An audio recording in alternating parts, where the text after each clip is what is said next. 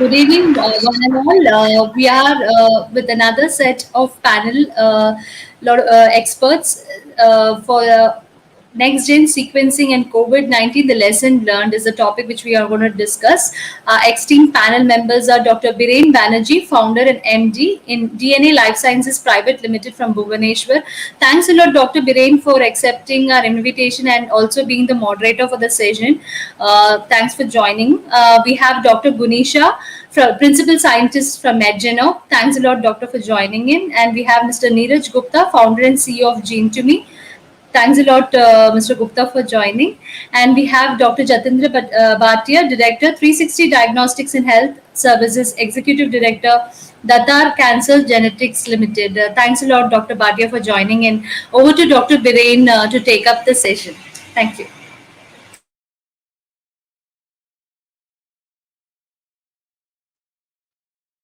Thank you, Prativa, and I welcome all of you to this session of an exciting session of next generation sequencing and COVID-19 experience, and what are the learning lessons and how we can move forward from here. Before I go into my esteemed panelists, I just want to have a brief background of this particular session which we are going to have.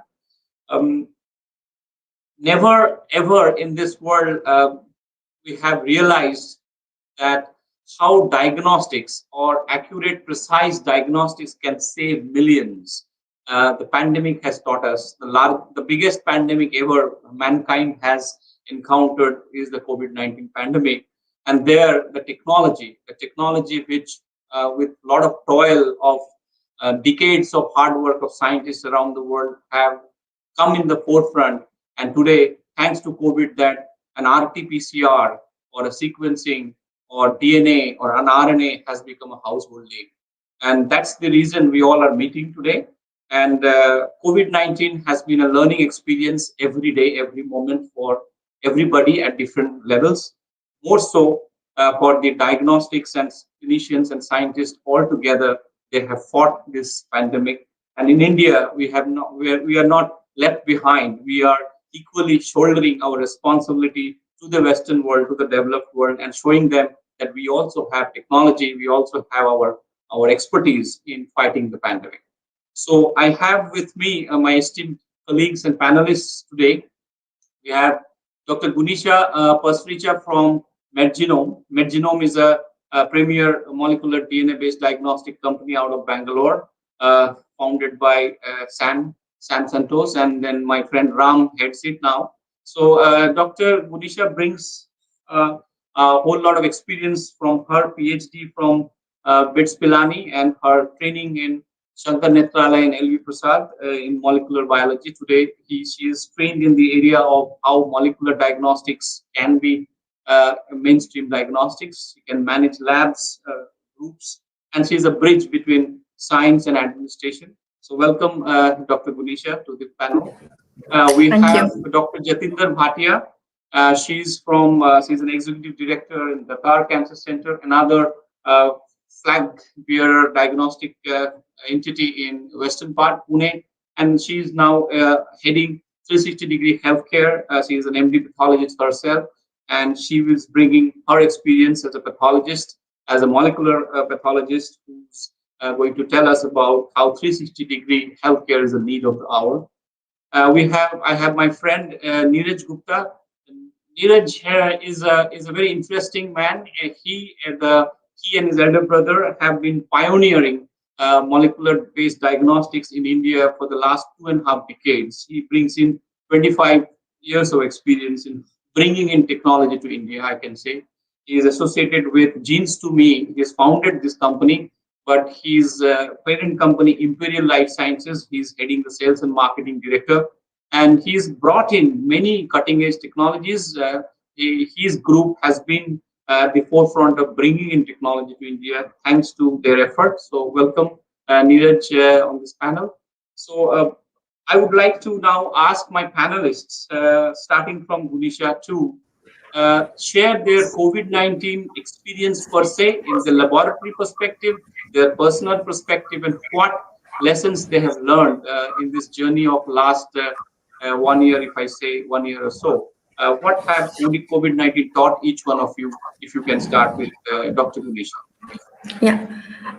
Thank you, Dr. Birain, for the introduction, and good afternoon to all the panelists. And thank you very much, the Elets team, for inviting. I think the journey last 1 year has been very exciting for MedGenome. We've been into oncology and prenatal and cancer testing for a long time, and it's just past 2 years that we have forayed into infectious diseases. And so happens that COVID-19 comes at the right time for us to start. It was very interesting journey altogether.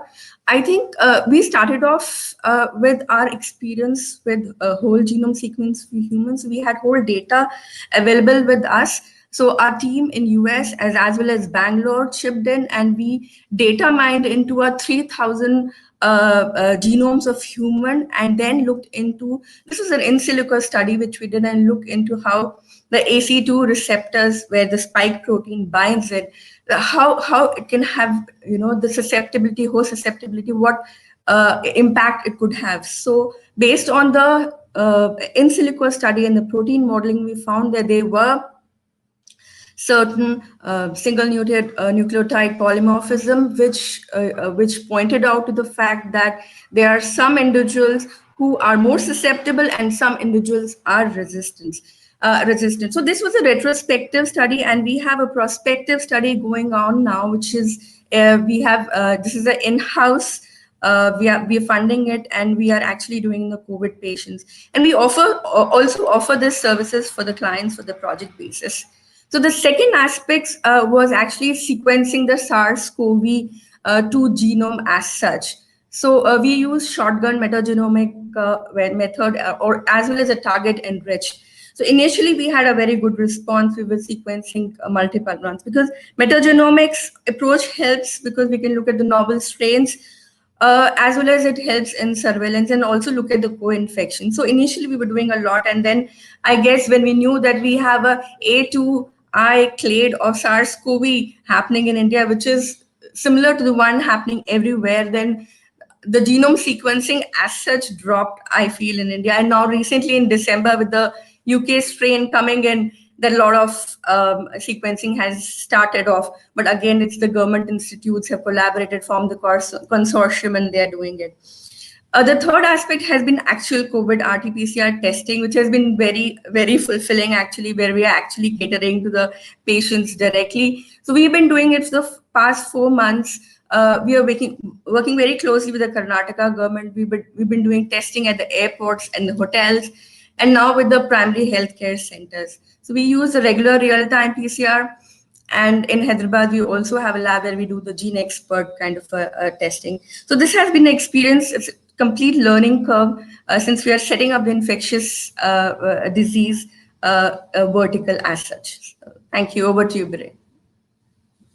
Thank you. It was really wonderful to know that, of course, MedGenome has been a forefront lab with the state-of-art laboratory with the sequencing platforms. And you have taken leadership in sequencing a whole lot of genome yourself, which is really fulfilling to note. Now I go to Dr. Jatinder. If you can, madam, give your perspective of what kind of learning experience you had in the last 1 year on how we were dealing with COVID-19 scenario. Very good evening to all of you, and thanks Dr. Birain for introducing me, and thanks to Elets for giving this opportunity to share my thoughts in this panel.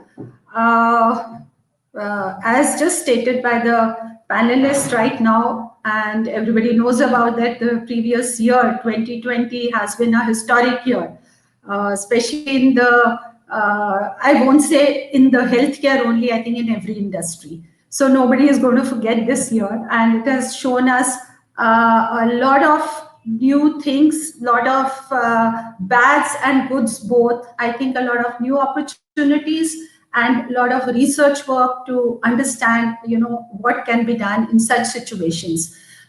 This was a very, very great learning experience for us at Datar Cancer Genetics. Just to give you a brief, that Datar Cancer Genetics is primarily into cancer genetics. So our focus has always been research in cancer and how to diagnose, how to get to prognosis, therapeutic. So when COVID came, it was like something which was not regularly being dealt with us, because we were not dealing with infections as such. But when ICMR and when NIV and the instructions came from government that those labs who can support this initiative to run these tests should come forward. So we thought, we have all the equipment, we have everything to support that. Why not to get into it? So it was a challenge immediately to get people, who are experts in that, and to handle that kind of a load as well, which, nobody had foreseen, and everybody had to pass through that kind of COVID. So we had a lot of good high volume capacity RT-PCRs. So we started with this journey and started with tying up with government and opened up, collection centers around Nasik, because our baseline major lab is of 40,000 square feet of a facility in Nasik. So Nasik was our forte. So we practically served the whole Maharashtra, and we were doing tests in the range of 4,000 to 5,000 per day. And it was a very, very big challenge operationally to, handle this kind of workload, logistics, getting samples from, periphery, and then operating on it. But as far as the sequencing is concerned, because our daily routine is cancer sequencing and use of NGS for cancer. So we did few COVID samples.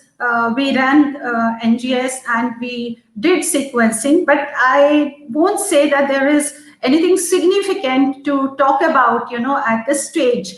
But definitely, I think once NGS is going to support, the new mutation, and especially with the UK variant coming in, that how we can quickly, find out these mutations and how we can take certain actions which are, preventive, and which can sort of even locate what is the route and from where this variant has come by correlating with other countries. And this can also help us in finding out the vaccine potency and designing the therapeutics for the COVID. So definitely NGS, I feel, has a lot of role, but a lot of work needs to be still done, especially in our country on this. And I'm sure with MedGenome and other colleagues who are there in genomics in our country, we all have a lot of things to look forward to in this research, and can contribute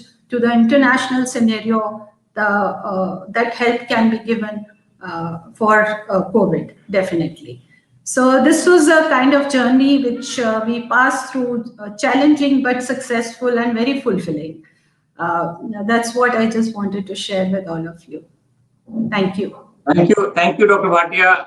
It was wonderful to know that a primarily cancer genetics lab or a cancer diagnostic platforms was very helpful to connect the dots for COVID. See, I would like to mention here that the scenario from April mid or early May till almost December, almost every lab knew each other. ICMR had integrated in the entire diagnostic workforce of this country.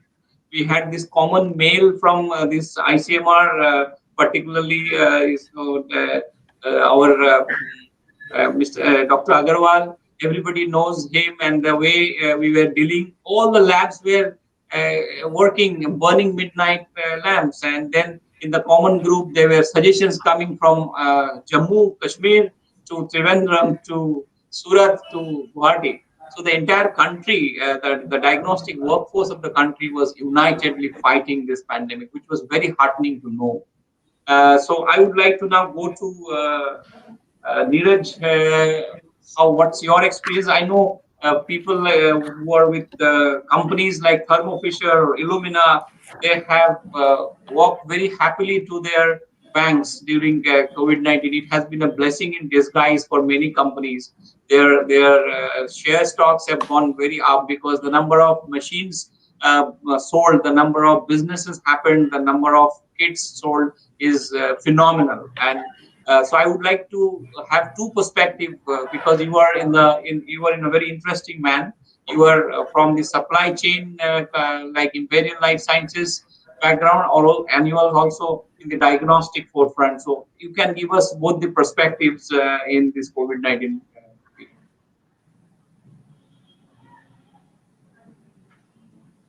Can you unmute yourself? Thanks, Brian. Thanks for setting the wonderful background to what I could really add up to the contribution. Yes, it was, I would say 2020 had been an unfortunate year for the entire world, where we had a lot of challenges around. And I think everywhere in the world, people have learned to live and think about what will be the moving forward strategies, how that has been a lot of learnings in terms of how the world will respond to such situations, or even the way the life will be going will be very different, I'm sure, moving forward in next many years. So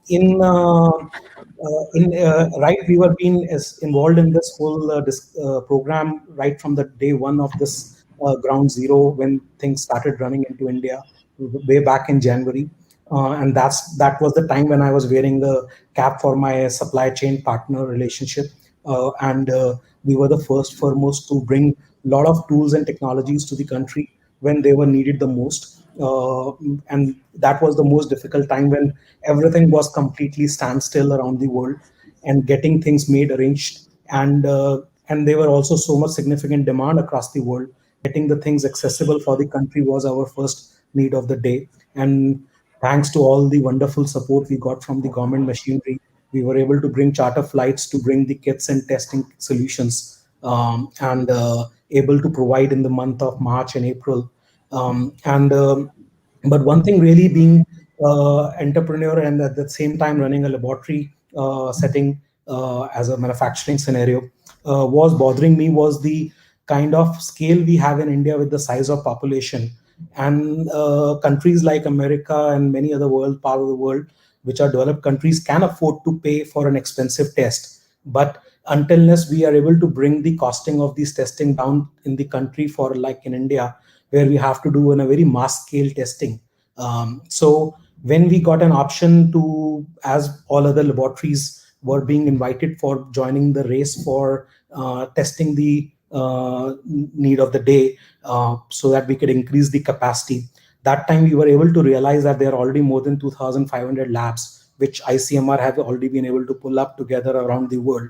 So we being another one will not really make a difference, as compared to we spent our focus and resources on of the Genes to Me to develop some solutions which are cutting edge technology.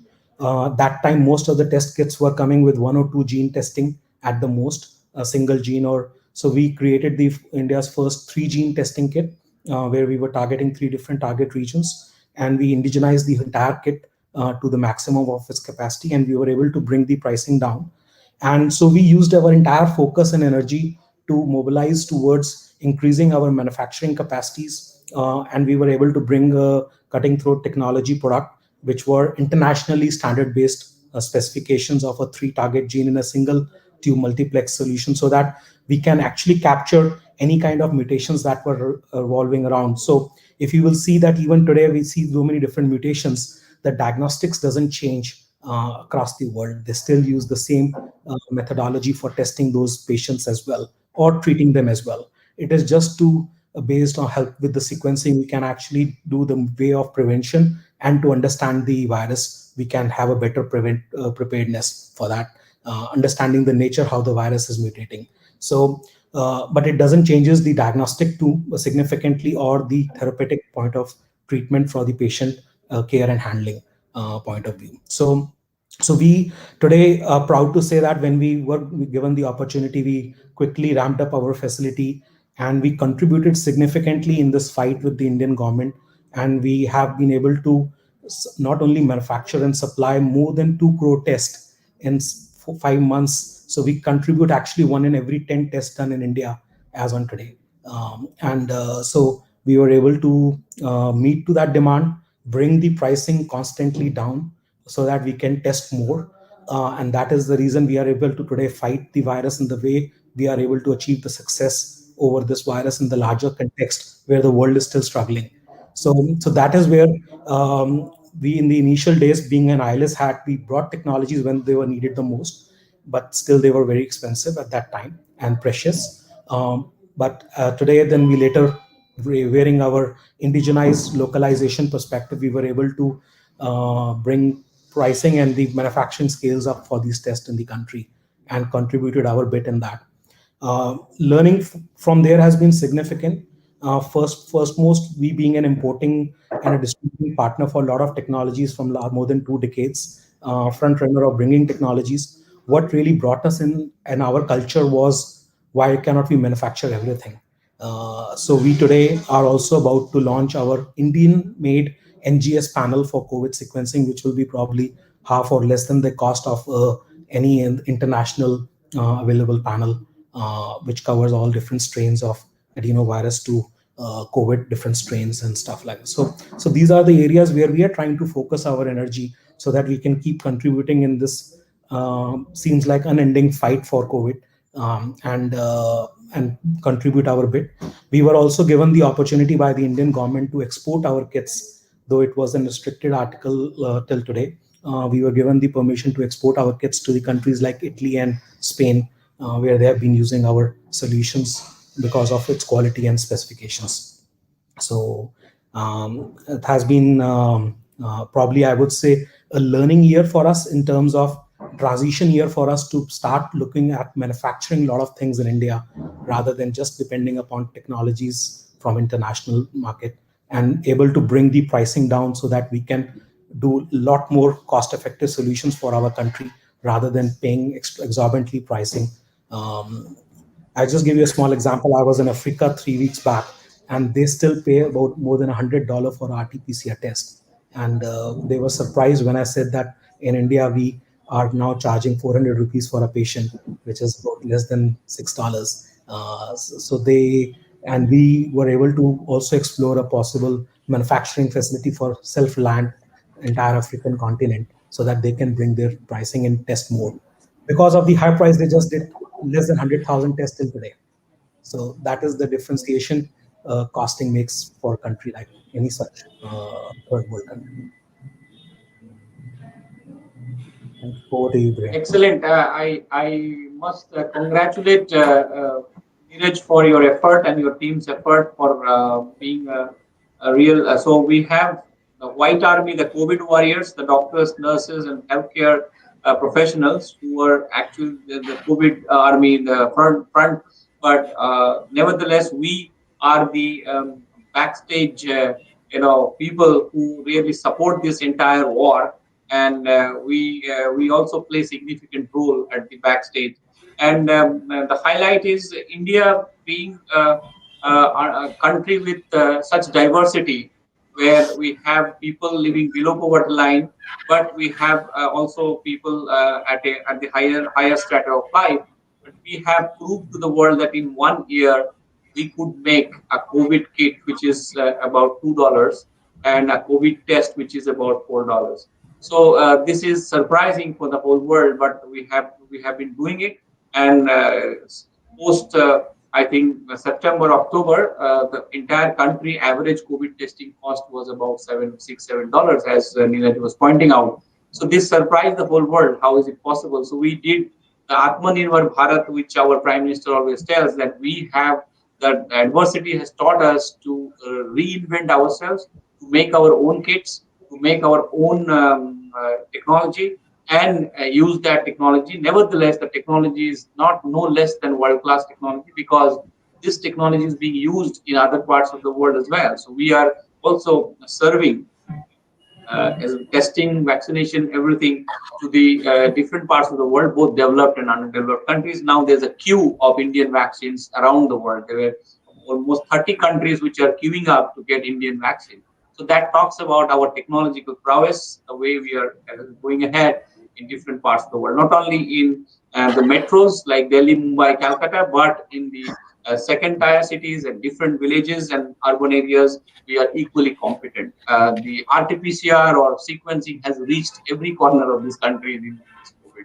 So that has been a great learning lesson, and not only learning, it has been a great consolidation of the diagnostic industry, I would say, to say. So now NGS or the sequencing is no more a fancy word. It's a word which is used more often than before in different clinical settings. And cancer being the first kind of disease where sequencing or precision diagnostics or targeted sequencing is used, but now it is spreading to different other diseases. So I'll come to Dr. Gunisha, where would you see NGS playing a big role in the infection pattern, not only in COVID, but entire infection molecular clinical settings? How you see MedGenome's role there, and how is infection, because you see COVID is one of such viruses, but there will be such pandemics or viruses happening around the world now, and it will be not surprising to anybody that newer strains will be coming into the society, and the kind of awareness we have built in around the world, the knowledge we have built in now, people will go directly. You please sequence it or see if this is a new strain. I don't mind paying, but get this tested done. So are we gearing up to have that kind of facilities in every lab? Just your thoughts. Yeah, definitely. That's very pertinent question. And I think in MedGenome, we have started the first test, which we started the NGS-based test, which we standardized and which is available now is for Mycobacterium tuberculosis. So the test is called a spit-seq test, and that is a whole genome-based test which we have launched. So apart from the of the culture, which is very easily to do the sequencing, this is a sputum based. So directly from the sputum, we can do the whole genome sequence, and we can give out the results about the drug variants, XDR or MDR. So that is one big achievement I think MedGenome has. That was the first one, I guess. And I think NGS-based testing, apart from the tuberculosis, and what I am personally working on from the last 1 year is developing a pan-pathogen panel, a syndromic evaluation system kind of a thing, which is NGS-based, where we have thousands of probes catering to all the disease like respiratory, gastrointestinal, for sepsis, febrile neutropenia. So that is the first one which I'm working on from all of the cancer patients and looking at the, what infections could be. So we are in basis, we are just validating all of them. And I think it'll be very interesting to have one particular panel and for all the diseases altogether, be it respiratory or pneumonia, where the SARS-CoV, influenza, and all other viruses and bacteria, fungi, and parasites coming to it. So, but the validation is going to be very challenging. I think we're just starting off now. So you can probably in few months' time, we'll have a validation results ready. So that is very something exciting which we are doing, NGS-based tests. And apart from that, also what we see, the drug-resistant testing is very sought after, especially for HIV, HCV, CMV, and HBV viruses. So this is what the next test, the NGS-based test, which we are going to get into. So this is what is there in our pipeline portfolio now. But eventually, with time, we're going to venture out into another encephalitis-based and other diseases eventually. Now, coming to the pandemic scenario, I think we have to be ready and sequencing for surveillance purposes. We have to keep sequencing. Otherwise, we'll never know which virus is going to come and create a havoc. So I think the metagenomic sequences go to the bat caves. I think NIV is doing an excellent job of that.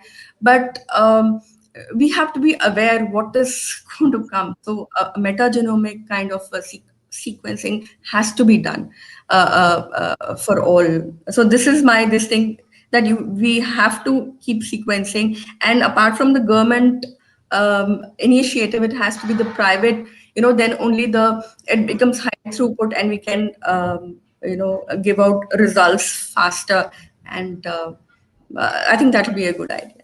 Yeah. Thank you. Yeah. So points well taken. You have covered that there are opportunities, particularly in infections like tuberculosis, HIV, HPV, and HCV. So, and the drug resistance. These are all very essential areas where Right. sequencing can throw a comprehensive light on the situation. But the pandemic has created a lot of questions people's mind. I would say thanks to our WhatsApp University, that people have graduated and post-graduated and even done PhD on molecular virology. So they come out with a lot of different kinds of terminologies to my center, and I get really amused to see people's interest. So now people are asking, so we know the whole genome sequence, we know the DNA story, and can we differentiate people's susceptibility to different viruses? Why some of them died and why some of them had long COVID syndrome, some of them had complex hospitalization. So can we segregate people, or can we differentiate people? Can we have a test where people's immune tolerance or their immunity, particularly susceptibility, is can be mapped? Are you thinking in this line, Minj? Yeah, absolutely. Yeah, absolutely. This is one of the which I mentioned at the introduction, that we are looking at host susceptibility issues, and we have started a prospective study which is in-house funded, where we are sequencing COVID patients and looking. We are doing genome-wide association studies. We're going to look apart from the ones which are very common, like ACE2 receptors or TMP-SSR2, but there are other HLA where there are many studies. I think the one of the global initiative have been in Europe, where they have they formed a consortium where they're pooling in data from all over the world, especially for host susceptibility testing is fantastic. And I think in some way also MedGenome is contributing. Our US counterparts, they are also contributing to it. So we offer this kind of testing. We have bioinformatics professionals who are absolutely trained in genome-wide association study, and we have this prospective study going on. And I think unless we have a consortium, I think the Government of India has also been having this where all the government labs have come in and they're sequencing 10,000s of patients. But I think it's very important. So the preliminary data is very, very exciting, where there have been association of the ABO blood group, where they say the A group patient are more susceptible and O are not. And plus, there are studies in the twin where they say genetics, it does play a part. There are mutations in the TLR7 gene, which is present on the X chromosome, and where they say that because of that, the women are less susceptible or they get less severe disease. Now, all those are happening in less percentages, but yes, a larger scale of study would definitely give more answers, and we could have something called genetic passports. When you know that you are less susceptible or more susceptible to disease, so that's going to happen, help in future. So suppose I'm susceptible to it, rather I sit at home and do my work rather than go out. So I think that's more into the future, but larger studies are definitely required, and MedGenome is contributing to it. Right, thank you. So there will be tests in the future which will make us eligible to be inside bio bubble or going to play around in the society. So Right. that's a good aspect. So coming back to Dr. Bhatia, are you thinking in the line of having post-COVID situation? There will be, I'm sure, with the cancer load we have in our country, there will be at least few percentages, if not more, who have been exposed to COVID and they have survived the COVID onslaught, and then their cancer management. Because today's world, what we live in, living with cancer is more important than dying of cancer. People don't die of cancer so easily. They're managing it, and their cancers, some of them keep coming back, the recurrence occurs, and we have different line of therapies, the smart therapies, the target therapies, the maps. So, with COVID in the background, is there any thought process changes which you have thought of, where cancer patients who are exposed to COVID will be, treated, looked at a different way at the genome level? Yeah. Uh, in the last year scenario, because of COVID, cancer patients have suffered both ways, in the sense that because being more susceptible to the infection is one area, and second is they have been ignoring, or they have not been able to reach their treatment protocols, and that has been a bigger suffering for them, because I hear that many of our patients who were on regular treatments, on regular testing, follow-ups, they have not been able to get their treatments in proper time because of hospitals being closed, or the fear of getting the infections. They were not able to, and we have had a lot of webinars with our oncologist friends on these issues, which are the areas where the decision making becomes very important. That is COVID a bigger challenge, or is cancer a bigger challenge? Where the patients and the oncologists had to decide, should this patient at any cost go in for treatment, or he can avoid, so that he avoids COVID as well. Many deaths, which have occurred in the hospital, not because of cancer, but because of COVID. So this was a big change scenario, which made a change in the decision making of oncologists, and in the line of therapy also, where to hold on and where to give therapy and where to change. Many patients where regular IV chemotherapies were being given and being suggested were put on orals. Okay, you sit at home, don't come to the hospital, change the medication to this particular oral medication, so that you can avoid the scenarios. So this has been a major challenge that way. Though, as you have asked, that with the COVID or post-COVID, is there any major change which is going to happen? I don't see that way, that with post-COVID there is going to be any major change, because everything is coming back to the same situation which was there pre-COVID. The treatments are happening the similar way. For the past 2 months, I would say, since the time after November, because November was practically around Diwali, was the peak of COVID. In December, in January, things have started settling down. Patients have started coming back to the hospitals, and oncology treatments have started the same way, the way they used to be, rather with a bigger load. Suddenly, our testing load for oncology has also increased, because there were so many patients which were holding on to the next steps, and those who could really survive this bad phase, they are now more keen, to get the testing done and see, what alternatives can be given to them, and how their survival can be longer and better. We are getting a lot of patients from, or you can say tests, not patients exactly, a lot of tests from Europe and US also, which was again very badly affected during COVID because of logistics. So no transportation was coming, and there was a problem. That whole scenario has now come back with the transportation being normal, and the flow of the patients from outside has again started coming back.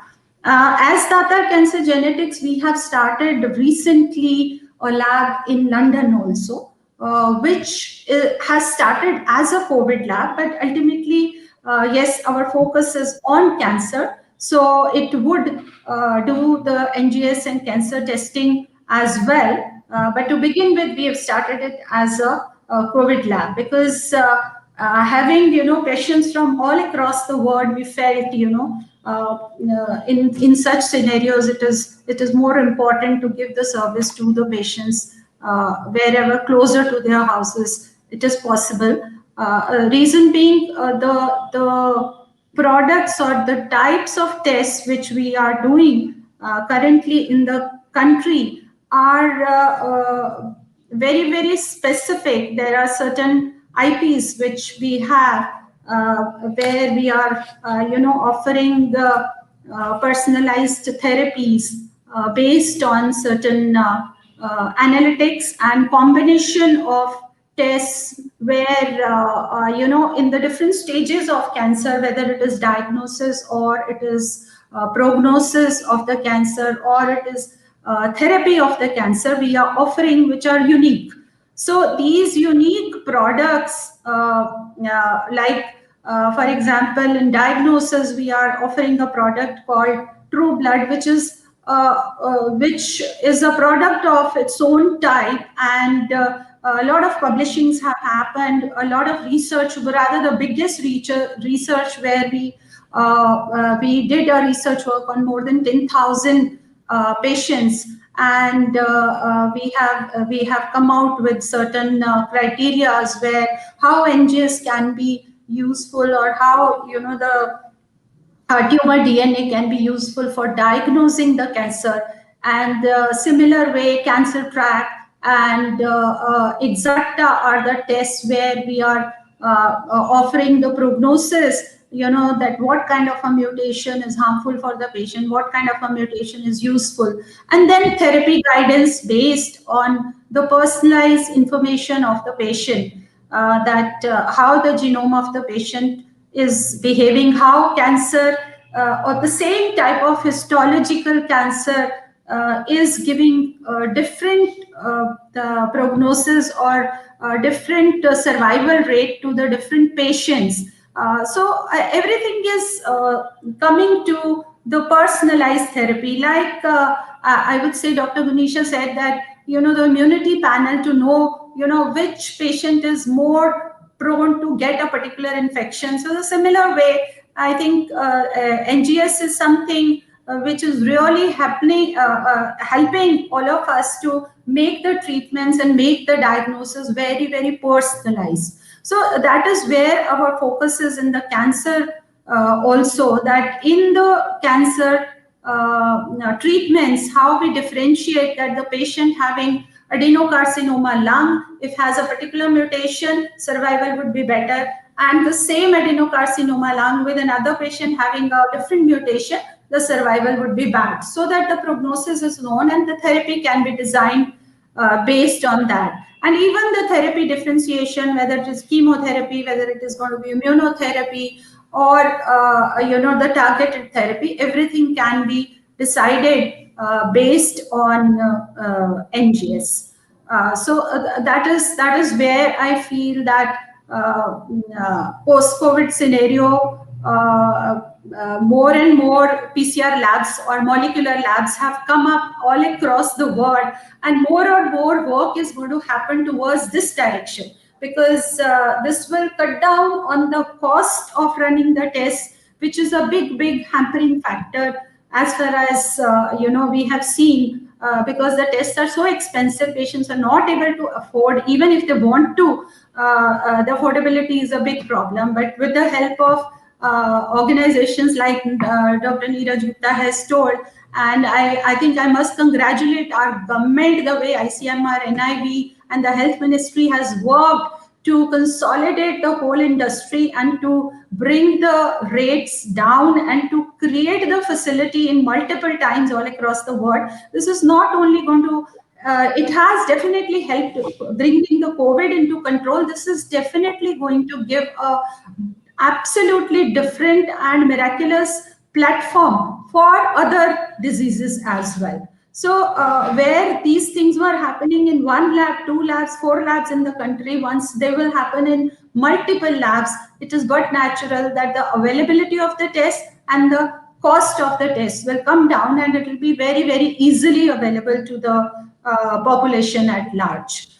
So I think this change or this scenario of COVID will make the things or make the laboratories or the diagnostic services, and especially the molecular part of it, very close to the patient and very much available to the patient. So this is one big change which I am looking forward to, and I think is going to help our patients in all the scenarios wherever NGS or wherever the molecular biology is required.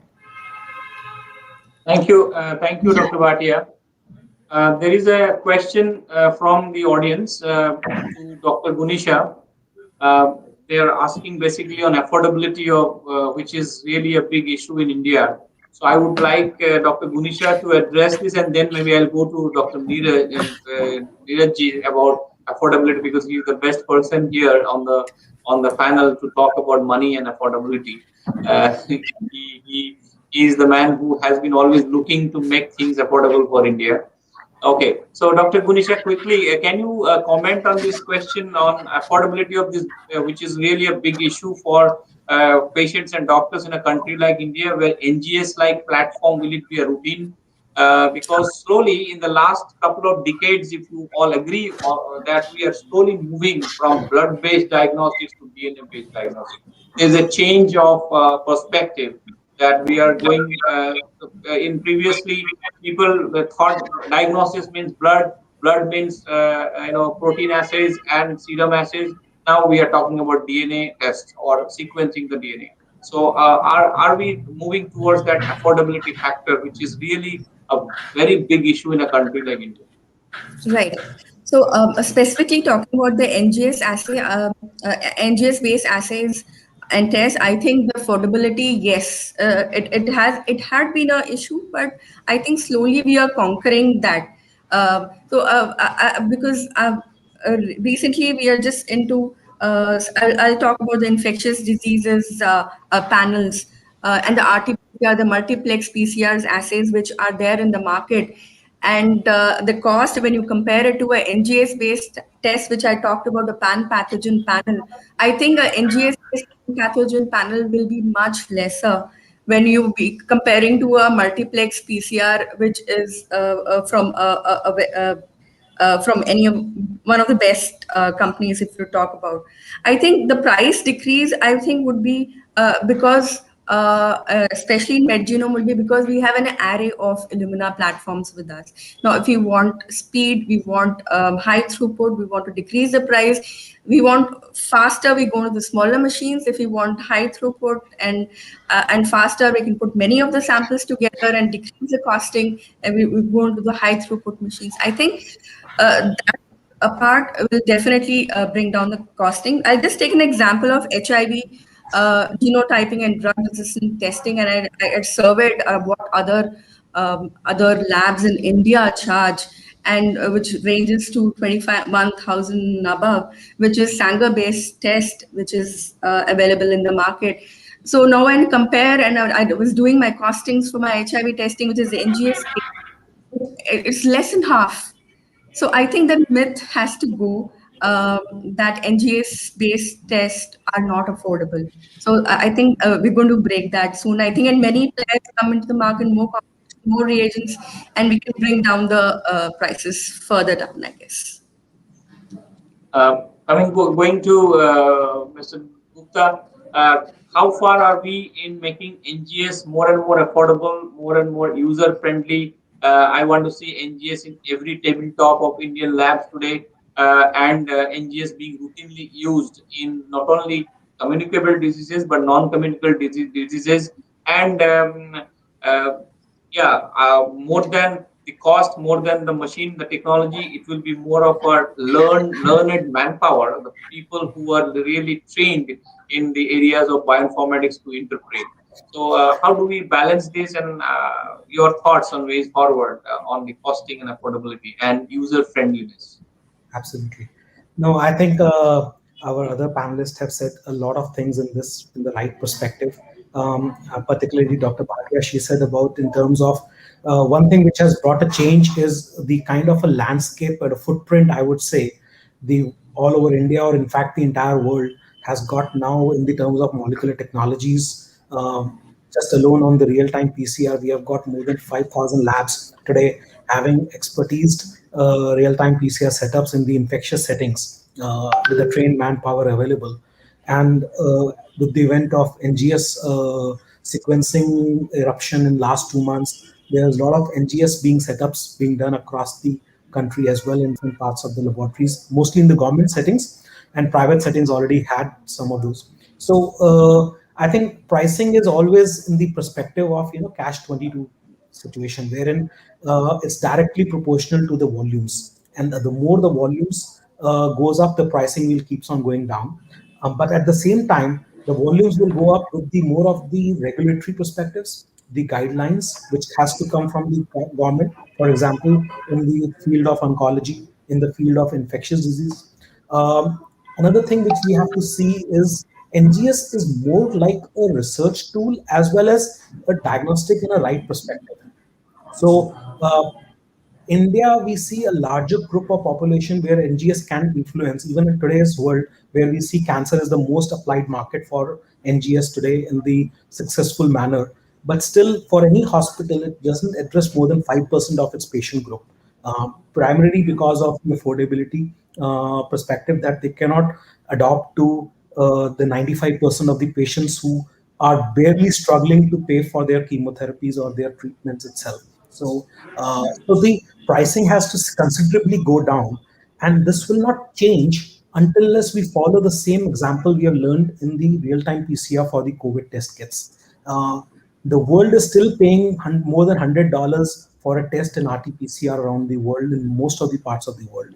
But in India, we are just talking today $6 to $8 because India was able to develop these tests and were able to.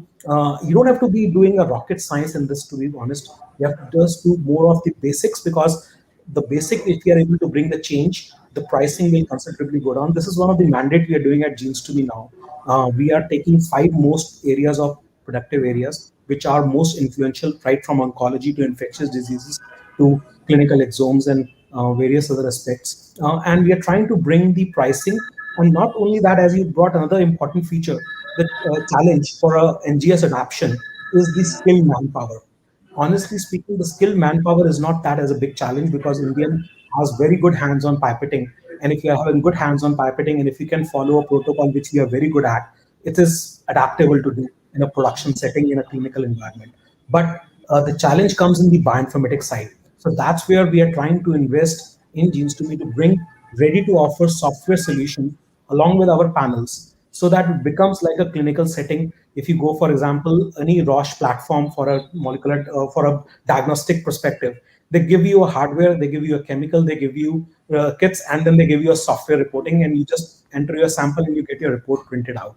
So imagine that kind of a domain if you are able to create in the NGS setting, and that is open to third-party platforms. You know, platform agnostic. You choose platform any company in the market existing, and you adapt your appropriate kit to that, and a software will give you a reporting at 1/3 or 1/4 of the cost of what you pay with those high-end branded companies kits. This will change the market domain considerably as well. And this is the direction where we are trying to invest at Genes to Me, and we are trying to see focus where we can bring a test which is affordable for a price of a RT-PCR test for oncology. Currently, if you do a EGFR panel, which is a or 28 hotspot mutation panel, so it's a perfect spot area. And in India, people also kind of mislead that they want to put everything in one panel, because the more you put in, that is the beauty of NGS, because you can do actually at a lower cost. But and then we compare that cost with number of tests you have to do for that similar thing on RT-PCR, but that doesn't happen on the day-to-day basis. If you go to any laboratory, they do is a very few tests for a patient, and his average billing cycle may not be more than 5 to 7,000 rupees or 10,000 rupees at the most. And if you compare with him a 25, 30, 40,000 rupees package of tests, and which he end up mostly not doing it. So we have to we are working on two different strategies. We are trying to work on a smaller work groups which a clinician can easily adapt, a smaller cost, which is easy to report on a clinical setting, so that it brings the translational benefit to the clinician, so that he can make more actionable decisions for his patient group. And rather than throwing a lot of things in the one package, and of course, whatever you do, try to be more comprehensive with that. That is the advantage you get with the NGS, or even for the, for example, in RT-PCR, we are now trying to make more than 60 different parameters of testing. All test kits will have universal protocol. So you pick what gene you want to test, what mutation you want to test. Everything will run on the same protocol. It's a universal protocol. So you have got three parameters for one patient, two parameters for another patient from a different infectious group or different department of the disease category. But you can all run them together. That will actually bring your costing down. So these are the areas which are very smaller in nature, but very meaningful, I believe, for a practicality point of view and day-to-day point of view.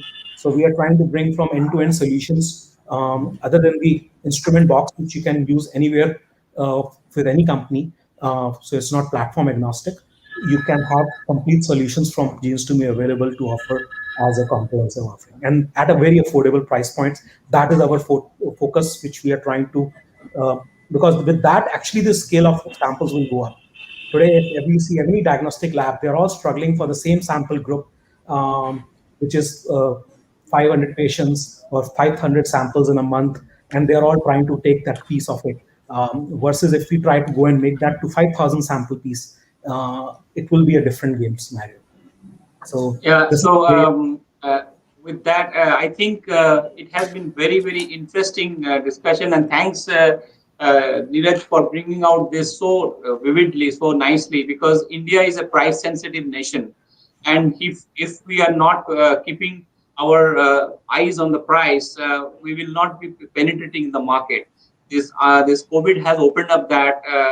Open our eyes on that, and COVID has shown that we can do a $5, $6 test in this country at the best of the quality maintained. So going forward, just to wrap up, when I started in DNA Life Sciences 7, 8 years back, my main focus was indigenizing the DNA-based test. I named this company as InDNA because I thought it is India's indigenous company where we do everything. As Neeraj told me, it was really close to my heart. An open platform. We don't have to be locked with the box. We don't have to be locked with the kits. We have to be open, and we should be, having freedom to choose our test and make our own sauce and then give the food to the patient. So that's the kind of openness we should be having in this country, and we have that talent and that manpower and that technology. That COVID has taught that. So we going forward from here, NGS will be innovated in this country. Newer forms of test will come up. Affordability will be kept in mind, and we are here to stay. And COVID has taught us that DNA, the power of DNA, one naked protein with an RNA virus has really shut down the whole world for a year.